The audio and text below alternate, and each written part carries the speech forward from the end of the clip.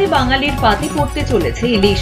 মরশুমের শুরুতেই ডায়মন্ড হারবার নগেন্দ্র বাজারে ঢুকলো 3 টন ইলিশ। 2 মাস ফিশিং বন্ধ থাকার পর 15ই জুন গভীর সমুদ্রে মাছ ধরতে যান মৎস্যজীবীরা।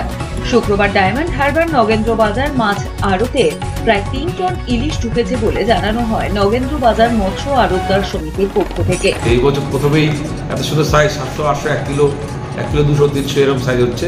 500 আছে, কিন্তু বিগ সাইজটা বেশি, পরিমাণটা কম। পরিমাণটা হয়তো 10 মণ, 8 মণ, 12 মণ পর্যায়ে আছে তার সাথে। তো স্টার্টিংটা এরকমই হয় আমাদের। তো আশা করি এবছর বৃষ্টিটা হলে 10-12 দিনের মধ্যে ইলিশটা প্রচুর পরিমাণে দেখা দেবে। এখন তো একটু গরমে তো একটু ঢিলে মাছ তো ওই আছে, বিক্রি হলো 1400, 1200 সাইজ অনুযায়ী, 1 কিলোর উপরে 1400-1500 হচ্ছে। তো আশা করি এবছর সর্বসাধারণকে কম দামে ইলিশ খাওয়াতে পারবো, কেন এবছরের আমাদের মাছের পরিমাণটাও ভালো হবে, এরকমই সবার মধ্যে আলোচনা আমাদের।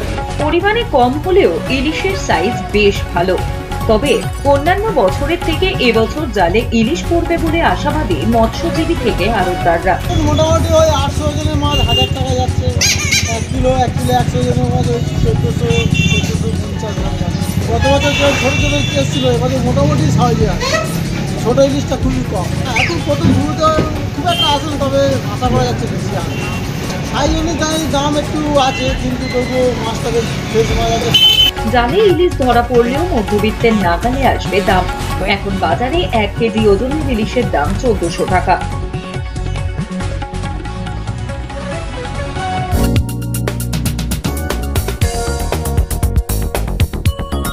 আপনারা দেখছেন বাস্তব নিউজ।